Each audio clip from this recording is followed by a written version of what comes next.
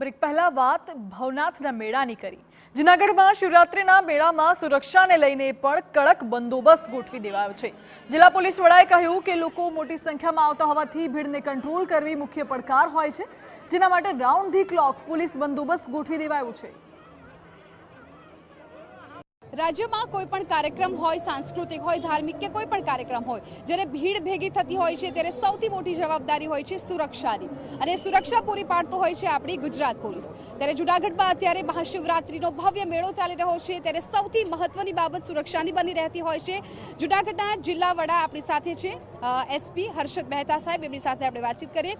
Sir, લાખોની સંખ્યામાં લોકો આવી રહ્યા છે, અત્યાર સુધીમાં 2 દિવસ ગયા છે, આજે ત્રીજો દિવસ છે, કઈ રીતની વ્યવસ્થા છે, લોકો પણ કેટલો સપોર્ટ કરી રહ્યા છે અને તમારી ટીમ તરફથી કઈ પ્રકારની વ્યવસ્થા? શિવરાત્રી મેળો એ પરંપરાગત રીતે અહીંયા ભવનાથમાં થતો હોય છે દર વર્ષે। આ વખતે 5 માર્ચથી 8 માર્ચ સુધીનો આ મેળો છે। આજે શિવરાત્રીના આગલો દિવસ છે। લોકો ખૂબ મોટી સંખ્યામાં અહીંયા આવી રહ્યા છે।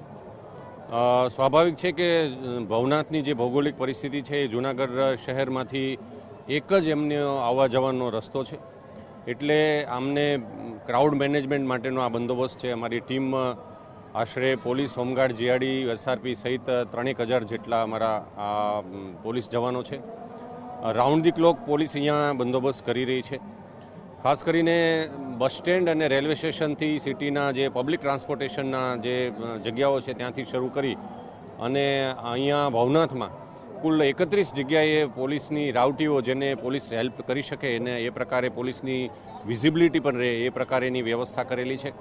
સાથે સાથે અમારી 10 છે એ સર્વેલન્સની ટીમ, અહીંયા પિક પોકેટિંગ ન થાય, લોકોના મોબાઈલ સ્નેચિંગ ન થાય, આ પ્રકારની વ્યવસ્થા માટે રાઉન્ડ ધી ક્લોક છે 10 જેટલી સર્વેલન્સની ટીમ છે।